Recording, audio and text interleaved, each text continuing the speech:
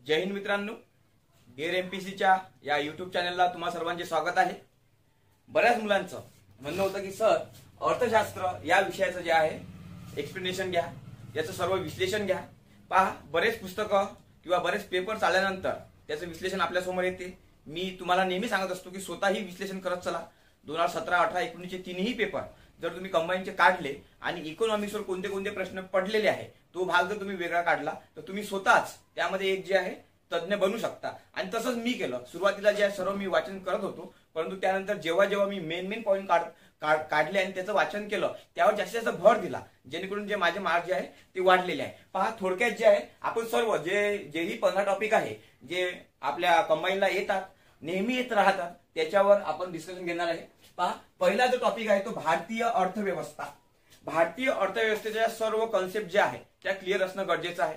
Total म्हणजे कोणत्या कोणत्या कॉन्सेप्ट असतात त्या, म्हणजे आता वृद्धी दर जेवढे आपला भारत देशाचा वृद्धी दर आहे, आपला जीडीपी आहे तो भाग असेल, वृद्धी दर असेल, त्याचे आपल्यामध्ये प्रमाण किती आहे, म्हणजे एक तर वृद्धी दर कोणाचा सर्वात जास्त आहे आणि त्याचे पर्सेंटेज किती आहे, आणि ते कोणते कोणते विचारणार आहे। पहा, आपल्याजवळ 3 ते 4 आहे। कोणते कोणते आहे पहा, एक आहे सेवा क्षेत्राचा। सेवा क्षेत्र जे आहे त्यामधला पूर्ण अभ्यास बारीकपणे करून घ्यायचा। सेवा क्षेत्र आहे, त्यानंतर जे आहे सेवानंतर जे आहे रोजगार क्षेत्र आहे, सेवा आहे, रोजगार आहे, त्यानंतर जे आहे कृषी क्षेत्र आहे, कृषी क्षेत्र आहे। यामधला जो आहे टोटल जो आहे यामध्ये म्हणजे भारताचा जो जीडीपी मध्ये असेल, वृद्धी दर असेल, किती पर्सेंट आहे तो भाग करणं जो आहे आपल्याला महत्वाचा ठरते। त्यानंतर आणखी जो आहे उद्योग क्षेत्र आहे, उद्योग। पहा, तुम्ही एक ना एक प्रश्न जो असते प्रमाण वगैरे विचारण्यावर त्याचा कल जास्त असतो। त्यामध्ये सेवा क्षेत्राचा, रोजगार क्षेत्राचा, कृषी क्षेत्राचा, उद्योगाचा हा जो आहे हा तुम्हाला पर्सेंटेज करायचा आहे। आणि त्याचबरोबर म्हणजे याचे पर्सेंटेज कमी होत आहे, याचं आता कृषी क्षेत्राचा जो पर्सेंटेज आहे तो कमी कमी होत आहे, आपल्या जीडीपी मध्ये कमी कमी होत आहे ना। सेवा क्षेत्राचा वाढत आहे, असे सुद्धा जे आहे वाक्य ज्यामध्ये विचारले जातात। तर हा टोटल सेवा क्षेत्र, रोजगार क्षेत्र, कृषी क्षेत्र आणि उद्योग यांचा वृद्धी दर वगैरे करून ठेवणे। मधात एक मध्यंतरी 2017ला प्रश्न आला होता की हिंदू ग्रोथ रेट वगैरे आला होता, हिंदू ग्रोथ रेट किंवा हिंदू रेट जो होता दर, त्यावरचा प्रश्न होता। यामध्ये पहा, एक भाग लक्षात घ्या, तुम्हाला अभ्यास करत असताना 1991 याच्या अगोदरची, 1991 अगोदर आणि 1991 नंतर याचा जर तुम्ही समांतर करून अभ्यास केला असेल तर तुमचे प्रश्न जे आहे सर्व सॉल्व्ह करतात। म्हणजे 1991 नंतर आपली आर्थिक स्थिती कशी होती आणि 1991 नंतर आर्थिक स्थिती कशी झालेली आहे। कारण की 1991 ला आपल्याकडे कोणता आलेला आहे, एक आर्थिक धोरण आलं, नवीन आर्थिक धोरण आलेलं आहे। त्याच्यानुसार बरेचशा पॉलिसी जे आहे त्या चेंज झालेल्या आहे। पहा, जवळपास 7-8 प्रश्न इकून येतात 1991 अगोदर, 7 प्रश्न इकून येतात आणि 3 प्रश्न जे आहे इकून येतात। असे जवळपास ते जे आहे 6-7 करून 15 प्रश्न जे आहे ते तयार होत राहतात। पहा, ही पॉलिसी आहे। जर तुम्ही 1991 अभ्यास करत असताना अगोदरचा आणि नंतरचा असा जर म्हणजे असा समजून जर अभ्यास केला असेल तर तुमचे जे आहे मार्क्स वाढण्याचा चान्स जास्त आहे। आता 1991 जवळपास काय होतं, आपली जी जनगणना होते दर 10 वर्षानंतर जनगणना होते, तेव्हा काय झालं होतं 1991च्या जनगणनेनुसार जो म्हणजे आता प्रत्येक म्हणजे हिंदू मुस्लिम प्रत्येक धर्माचा जो आहे किती टक्क्यानं ग्रोथ केली असं होतं। जवळपास 3.4% जे आहे हिंदूंची संख्या वाढलेली होती आणि त्याच वर्षीचा आपला जो आहे जीडीपीचा किंवा आपल्या भारत देशाचा जो ग्रोथ रेट जो आहे तो सुद्धा 3.4 होता। मग त्यांचं लोकांचं बरेच इंटरनॅशनल मीडियाचं असं म्हणणं पडलं की हा जो आहे हा कमी आहे ना, मग हा जो आहे हा हिंदू ग्रोथ रेट आहे, हा काही जास्त समोर जाणार नाही, म्हणून त्याला हिंदू ग्रोथ रेट म्हटलेला आहे। आणि 1991 नंतर मग 1991 जो आहे सरदार ग्रोथ रेट जो आहे, म्हणजे आपले जे आहे मनमोहन सिंग यांनी बरेचसं कार्य केलेलं आहे, त्यानंतरचे त्याला सरदार ग्रोथ रेट म्हटलं जाते। आणि 1991च्या अगोदरचा किंवा त्या काळातला एक काय म्हटलं जाते, हिंदू ग्रोथ रेट। तुम्हाला हे ग्रोथ रेट वगैरे कोणते कोणते करायचे, जवळपास 1951 त्यानंतर दर 10 वर्षानं किंवा 20 वर्षानं करायचा। सर्वात महत्वाचा 1991चा, नंतर 1981, 1991, 2001, 2011 आणि एक बेस इयर राहते। बेस इयरवर अभ्यास आपल्याला करायचा असतो। बेस इयर म्हणजे काय पहा, बेस इयर नुसार ग्रोथ रेट ठरला जातो बरेचदा। आता त्यामध्ये पहा आता सध्या आपलं जे बेस इयर जे होते ते 2012, 2013 होता, आता 2017, 2018 झालेला आहे। तर यामधला सुद्धा फरक करून ठेवणं गरजेचं आहे। तर मग पहा, भारतीय अर्थव्यवस्थेमध्ये ज्या छोट्या मोठ्या गोष्टी असतात त्या कशा होतात त्यावर प्रश्न विचारण्याचा कल थोडा जास्त आहे, ही बाब लक्षात घ्या। त्यानंतर पहा, त्यानंतर आपला दुसरा पॉईंट आहे, बस एवढं जरी केलं तुम्ही मेन पॉईंट काढले आणि थोडं करंट ओरिएंटेड करायचं। इकॉनॉमीमध्ये करंट ओरिएंटेड राहायचं. आपला पृथ्वीचं जे मासिक आहे त्यामध्ये भारतीय अर्थव्यवस्था, अर्थविषयक चालू घडामोडी राहते, ते वाचून काढायच्या आणि यामध्ये जे आहे ते अपडेट करायच्या. त्यानंतरचा भाग जो आहे यावर म्हणजे हमखास प्रश्न राहतो बरं, 1 and 2 दरवेळेस 1 किंवा 2 प्रश्न राहतात. नंतर आहे दारिद्र्य आणि बेरोजगारी, एक प्रश्न दारिद्र्य, एक प्रश्न बेरोजगारी. हा सुद्धा पॉइंट आहे, हा 2 मार्काचा आहे. 2 पेक्षा जास्तही 3 प्रश्न बरेचदा त्या ठिकाणी आलेला आहे. मग आता दारिद्र्य आणि बेरोजगारीचं मोजमाप कोण कोण करते? NSSO करते. त्यानंतर मग त्याचे प्रकार कोणते आहे? UPSS आहे, CDS आहे, CWD आहे ना, म्हणजे करंट वीकली स्टेटस आहे. या ज्या बाबी आहे ना प्रश्न, यावर पहा तुम्ही. हे मी अनालिसिस केलं आहे बरं, मी मनाला काही सांगत नाहीये. मी 2017, 18, 19 पेपर बघितलेले आहे आणि तुमच्या समोर जे आहे ते अनालिसिस करत आहे. मग आता काय आहे, बेरोजगारी कोण ठरवते, त्याचे प्रकार कोणते कोणते आहे? मग बेरोजगारीचे प्रकार कोणते कोणते आहे पहा, भरपूर सारे 7 ते 8 प्रकार दिलेले आहे. पण विचारते कोणते पहा, एक चक्रीय बेरोजगारी विचारली जाते आपल्याला, एक संरचनात्मक बेरोजगारी विचारली जाते आहे ना. या 2-3 जे आहे बेरोजगारी विचारल्या जाते. त्यानंतर एक छुपी बेरोजगारी आहे आपल्या याच्यात, छुपी, कारण की ही महत्वाची आहे. या ज्या आहे या विचारल्या जातात. बेरोजगारीचे प्रकार सर्व करून ठेवायचे, प्रकार करून ठेवायचे आणि याची स्थापना, यामध्ये किती दिवस काम मिळालं तर तो बेरोजगार असतो नसतो, CWS म्हणजे काय, CWS म्हणजे काय, UPSS काय आहे, NSSO ची स्थापना कधी झाली, या सर्व बाबी ज्या आहे आणि काढण्याचे. आता यामध्ये जे आहे का नाही दारिद्र्य, आता दारिद्र्य मधल्या ज्या आहे आपल्याला बरेचदा दारिद्र्य कसं काय घोषित केलं जाते पहा. आपल्याकडे सर्वात अगोदर जे होतं ते होतं प्लॅनिंग कमिशन होतं आणि नियोजन आयोग. त्यानंतर काय आला आहे नीती आयोग आहे का नाही. मग दरवर्षी प्रश्न, प्लॅनिंग कमिशन प्रश्न बंद झाले, पण नीती आयोगावर दरवर्षी प्रश्न आहे. मग नीती आयोगानं आणि प्लॅनिंग कमिशननं कोणत्या कोणत्या समित्या बसवलेल्या होत्या दारिद्र्य मोजमाप करण्याकरिता, तर कोणत्या कोणत्या आहे पाय, मोजक्याच आहे. हे पहा 2 आहे बरं, एक आहे नीती आयोग प्लॅनिंग कमिटीनं बसवलेल्या समित्या आणि एक जे आहे ते केंद्र सरकारनं बसवलेल्या आहे. तर यामधले जे आहे कोणत्या कोणत्या बघून घ्या, सर्वात जास्त विचारणार आहे. यामध्ये जे आहे हे नियोजन आयोग डिटेलमध्ये वाचायचं आपण, नीती आयोग पण डिटेलमध्ये वाचायचं. नीती आयोगाची स्थापना कधी झाली, काय झालं, कोणत्या दिवशी, सर्व इन डिटेलमध्ये करायचं. जो भाग या ठिकाणी लिहून देतो त्यावर प्रश्न आहे ते सर्व मन लावून करायचं. पहा बरं, सर्वात पहिली आहे अलग कार्यगट आहे, अलग कार्यगट. त्यानंतर आहे लकडावाला कमिटी, तुम्हाला वाचायची चांगली इन डिटेलमध्ये. लकडावाळ्या कमिटीचे जे आहे रिकमेंडेशन काय आहे, त्याने काय काय सांगितलेलं आहे. त्यानंतर 2 महत्वाचे आहे, यावर दरवर्षी प्रश्न असतो. एक आहे तेंडुलकर आणि एक आहे रंगराजन. या 2 कमिटीच्या सर्व रिकमेंडेशन आपल्याला करायचे आहे. यामध्ये त्यांनी जे जे सांगितलेलं आहे, निकष काय काय आहे, ग्रामीण भागामधलं दारिद्र्य किती आहे, शहरी भागामधलं दारिद्र्य किती आहे, भारताचं टोटल दारिद्र्य किती आहे, सर्वात जास्त दारिद्र्य कोणत्या क्षेत्रामध्ये आहे, तो भाग स्त्रियांमध्ये दारिद्र्य किती आहे, पुरुषांमध्ये, हे सर्व ज्या बाबी आहे तेंडुलकर आणि रंगराजन यांचं एक वेगळं स्पेच करायचं आणि आतापर्यंत त्यांच्यावर आलेले सर्व प्रश्न जे आहे ते वाचून जायचे. आणि प्रश्न पण रिपीट होतात बरं. इकडे आता एसटी आहे मेनचे प्रश्न, असे 2 ते 3 प्रश्न आपल्याला रिपीट होतात. तिकडे त्यानंतर राज्यसेवा मेनचे पण प्रश्न रिपीट होतात. कल तो जो आहे रिपीट होण्याचा तो जरा त्यामध्ये जो आहे जास्त आहे. यामध्ये बघूया आपण, यामध्ये नंतर कोणता कोणता भाग महत्वाचा आहे. आता दारिद्र्य, त्याच्याकडच्या कमिट्या आणि मग दारिद्र्य निर्मूलन कसं काय केलं जाईल. मग जेवढे काही रोजगार आहे, योजना आहे, एक योजनेवर प्रश्न असतो. सध्या जो आहे करंट रिलेटेड एखादा प्रश्न असतो योजनेवर. सर्वात जुनी योजना जी आहे आपण जवाहर ग्राम योजना म्हणू शकतो. जवाहर ग्राम आहे ना, रोजगार योजना आहे, जवाहर रोजगार योजना. त्यानंतर आहे मनरेगा आणि आता मोदी सरकारने जेवढंही असेल त्यामध्ये आहे पहा, इंदिरा आवास योजना आहे, स्वर्ण जयंती शहरी योजना आहे, मनरेगा आहे, PM किसान योजना, जल जीवन मिशन, स्टार्ट आहे ना, त्या मधात अशा योजना येतात, त्या सर्व करायच्या. मनरेगाला जास्त फोकस करायचं. आता दरवर्षी यावर प्रश्न येत नाही. योजना जी आहे ही MPSC ला प्रश्न येतो, आपला MPSC राज्यसेवेला प्रश्न येतो, परंतु दारिद्र्य आणि बेरोजगारीवर डायरेक्ट जो प्रश्न आहे आपल्याला मिळून जातो. यामधलं पहा, याच मध्ये जो आहे आता राष्ट्रीय, आता दारिद्र्य आणि बेरोजगारीमध्ये आणखी एक भाग करायचा आपल्याला, तो म्हणजे पॉवर्टी गॅप इंडेक्स आणि मल्टिपल, त्यानंतर पॉवर्टी इंडेक्स आहे ना. हे दोन्ही इंडेक्स जे आहे ते रीड करून ठेवणे, त्याची आकडेवारी काढून ठेवणे आणि मागच्या वर्षी प्रश्न पहा तुम्ही आहे यावर. मल्टिपल पॉवर्टी इंडेक्स म्हणजे काय, त्यानंतर पॉवर्टी गॅप इंडेक्स म्हणजे काय, कोणी सुरू केला, कसा काढला जातो, तो इस्तंभूत, त्यावर जो आहे प्रश्न आहे.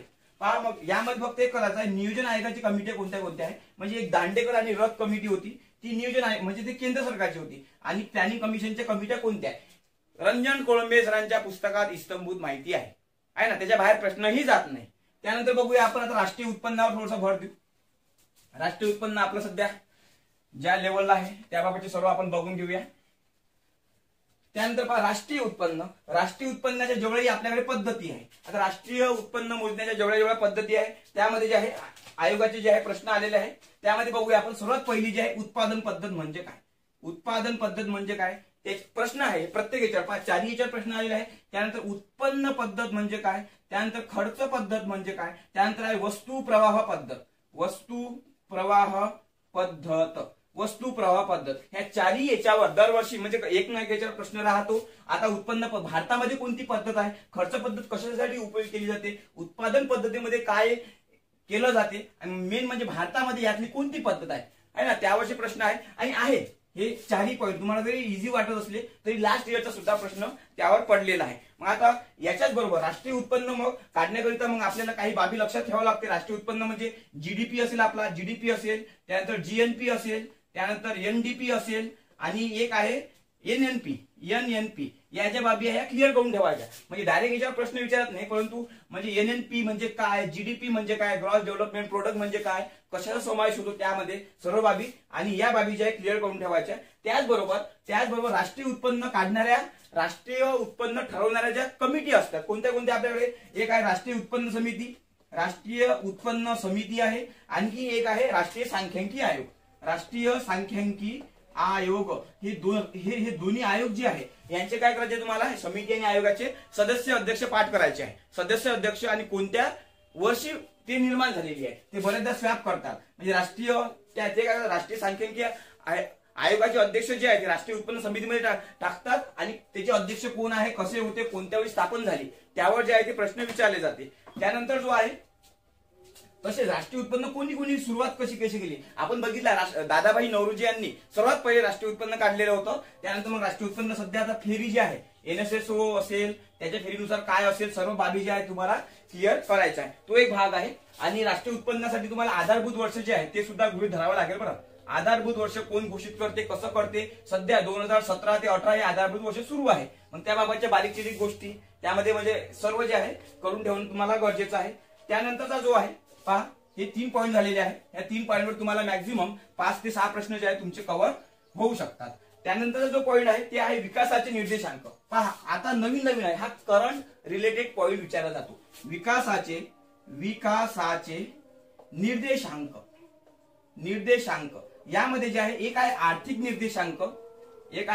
निर्देशांक आणि एक जो आहे सामाजिक निर्देशांक आहे, सामाजिक निर्देशांक। आता यावर प्रश्न विचारण्याचा कल वाढलेला आहे आणि करंट रिलेटेड प्रश्न यावर विचारले जातात। यामध्ये जे आहे आता सामाजिक जर म्हटलं असेल तर आपल्याकडे सस्टेनेबल डेव्हलपमेंट गोल आहे, सस्टेनेबल डेव्हलपमेंट गोल्स आहे, त्यानंतर मिलेनियल डेव्हलपमेंट गोल्स आहे, या बाबी आहे आणि यावर प्रश्न विचारले जातात। जे आता सस्टेनेबल डेव्हलपमेंट गोल मध्ये जे 17 पॉईंट आहे कोणत्या पॉईंटवर काय आहे, कशाचं काय करायचं आहे, किती देश सहभागी आहे त्यावर प्रश्न आहे। आणि आर्थिक मध्ये जे आहे ते आहे HDR ह्युमन डेव्हलपमेंट रिपोर्ट असेल, त्यानंतर HI असेल, त्यानंतर PI म्हणजे ह्या जेवढ्याही असतात जे आर्थिक बाबी ह्युमन डेव्हलपमेंट रिपोर्ट काय सांगते आणि इकडे या बाबी काय सांगतात यावर प्रश्न आहे। तुम्ही बघून पहा, हे मी नाही सांगत, हे अनालिसिस सांगते, मी पेपरचं अनालिसिस केलेलं आहे तेच तुमच्या समोर जे आहे ते एक्सप्लेन करण्याचा प्रयत्न आहे माझा। हा एक भाग आहे, यावर प्रश्न विचारले जाते। त्यानंतरचा जो 5वा पॉईंट आहे पहा प्रश्न ठरवत आहे आणि एवढे जरी केले तुम्ही मॅक्झिमम मार्क्स पडतात म्हणजे पडतातच। यानंतर जो आहे महत्वाचा पॉईंट आहे धोरण आणि योजना। आता आपल्या पंचवार्षिक ज्या योजना आहे, पंचवार्षिक योजना यावर प्रश्न आहे। पहा 9वी 10वी, आता महत्वाची तर 11वी 12वीच आहे, 9वी 10वी 11वी आणि 12वी या पंचवार्षिक योजना करायच्या। या पंचवार्षिक योजनांचा कालावधी काय असेल, प्रतिमान काय होतं, त्याचा दर काय आहे, घोषणा काय आणि योजना काय आहे ना। त्यामध्ये जर तुम्हाला विचारलं असेल ही घोषणा कोणत्या याच्यात केलेली आहे, या बाबी ठळक बाबी आपल्या तुमच्या लक्षात राहायला पाहिजे। कारण की पंचवार्षिक योजना म्हटलं म्हणजे इज इक्वल टू भारत आहे बरं आपला।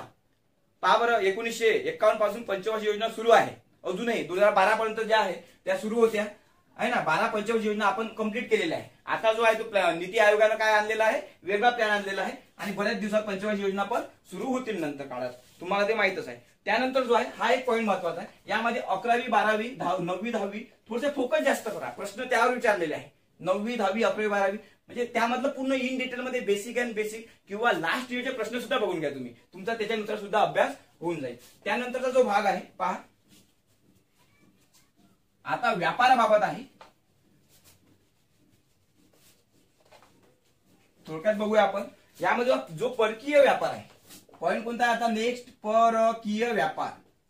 परकीय व्यापार जो पॉइंट या ठिकाणी लिहून देतो त्यावर प्रश्नांचा भर जास्त आहे. बरं, परकीय व्यापार मध्ये वस्तू आणि सेवा, वस्तू व सेवा या दोन बाबींचा विचार करणं आवश्यक आहे. आपण भारतामध्ये वस्तू कोणत्या कोणत्या आयात करतो, त्यानंतर सेवा कोणत्या कोणत्या आयात करतो, वस्तू कोणत्या कोणत्या निर्यात करतो, सेवा कोणत्या कोणत्या निर्यात करतो. म्हणजे एक तर त्या म्हणजे वस्तूंचा गट असेल, कोणत्या वस्तू करतो म्हणजे कॉम्प्युटर करतो, सर्व्हिस करतो, काय करतो. त्यानंतर देशाचा क्रम, कोणत्या देशाकडून करतो, देशाकडून त्यांचा क्रम, आणि कोणत्या कोणत्या वस्तू करतो, पेट्रोल करतो, हिरे करतो. जो जो भाग असेल वस्तू आणि सेवा याबाबतचा परकीय व्यापार, आयात आणि निर्यात यांचा क्रम विचारला जातो. आणि क्रम असा जुना पुराणा नाही विचारत. आता पहा, आपली तुमची एक्झाम 2020-21 ला होणार आहे, तर याच्या अगोदर जवळपास 5 वर्षाचा क्रम राहील. मग एक तर 2015-16चा असेल, त्यानंतर 16-17चा असेल, 17-18चा असा काहीतरी क्रम विचारेल आहे ना. आता जास्त काही बदलत नाही त्यामध्ये, जास्त काही बदलत नाही. आणि बदललं तर त्याच्यावर प्रश्न असतो आहे ना. तर जवळपास तो जो आहे तो क्लिअर करून ठेवणं फार गरजेचं आहे. त्यानंतरचा जो पॉईंट आहे आपला सर्वात महत्वाचा, तो आहे बँकिंग. पहा, बँकेवर जवळपास कधी कधी 2-2, 3-3 प्रश्न असतात. बँकिंग चॅप्टर जे आहे एकदम सोपं चॅप्टर आहे. त्यामध्ये पहा, बँकिंग चॅप्टर बाबत जे आहे आपण सर्व घेण्याचा प्रयत्न करूया. बँक, मी जेवढं सांगतो तेवढंच करा, काही विषय खोलमध्ये जाण्याची गरज नाही. बँक आहे. आता बँकेचा जो नेमका कायदा आहे तो एकदा लक्षात ठेवणं गरजेचं आहे. कोणत्या कायद्यानुसार बँका स्थापन झालेल्या आहे, त्यामध्ये कोणत्या सूची आहे, अनुसूची आहे, त्या बाबी. त्यानंतर मग यामध्ये जो आहे बँकेच्या रिलेटेड जे आहे चलनवाढ असेल आहे ना, चलनवाढ, किंमत असेल, पैसा असेल, या सर्व बाबी कोण करते, बँक नियंत्रित करते. म्हणजे इनडायरेक्टली कोण करते, आरबीआय. मग आरबीआयचे सर्व कार्य तुम्हाला करायचे आहे, ती स्थापना करायची आहे, तिचे गुणात्मक कार्य कोणते आहे, सांख्यात्मिक कार्य कोणते आहे, तो भाग करायचा आहे. त्याचबरोबर आरबीआयच्या ज्या पॉलिसी असतात, म्हणजे मौद्रिक धोरण, एक आहे मौद्रिक धोरण, एक आहे राजकोषीय धोरण. या दोन्ही बाबीचे पुस्तकामध्ये डिटेल दिले आहे, फक्त मी तुम्हाला कीवर्ड सांगत आहे. तो भाग तुम्हाला चांगला करणं आहे. त्याचबरोबर आरबीआयचे सर्व कार्य वगैरे, आणि आरबीआय सीआर घोषित करतो आहे ना, सीआरआर आहे, सीएलआर आहे ना, याच्या बाबी असतात. रेपो रेट आहे, त्या बाबी सहसा विचारला जात नाही, परंतु त्याचा जो आहे त्याचा नेमका अर्थ काय आहे तुम्हाला तो तरी माहीत असणे आवश्यक आहे. त्याचबरोबर आरबीआयने एखादी समिती जर घोषित केली असेल, तशी सर्वात महत्वाची कमिटी यावर प्रश्न जो आहे बँक संबंधी जर प्रश्न ठरला असेल, समिती जर विचारायची असेल, तर ती आहे नरसिंह समिती. कोणती समिती आहे, नरसिंह समिती. आता नरसिंह समिती दोन आहे, एक आहे वित्तीयसाठी, एक आहे बँकिंगसाठी. पूर्ण नरसिंह समिती पूर्ण टोटल करून ठेवा, मार्क जाणार नाही. आता ज्या ज्या भागावर प्रश्न येतात तो भाग आपल्याला चांगला करायचा असतो. त्यानंतर जो आहे एक बँकेसाठी आहे, एक वित्तीयसाठी आहे. त्यानंतर यातच बँकेमध्ये अग्रक्रम क्षेत्र पुरवठा आहे, अग्रक्रम क्षेत्र पुरवठा, यावर सुद्धा प्रश्नाचा भर आहे. आता जो भाग एक्झाम मध्ये विचारला आहे तोच मी या ठिकाणी लिहिलेला आहे. चलनवाढ म्हणजे काय, चलनाच्या किमती कोण कमी करते, कशा करते, किंमत म्हणजे काय, पैसा म्हणजे काय, मौद्रिक धोरण कसं ठरवलं जाते, कोण ठरवते, राजकोषीय धोरण कोण ठरवते, विचारते. ह्या दोन मध्ये बरेचदा प्रश्न असतो. मौद्रिक धोरण जे आहे ते आरबीआय ठरवते, आणि राजकोषीय धोरण जे आहे ते आपली गव्हर्नमेंट ठरवते, जी सरकार आहे ती ठरवण्याचा प्रयत्न करत असते. त्यानंतर बघूया पुढचा भाग.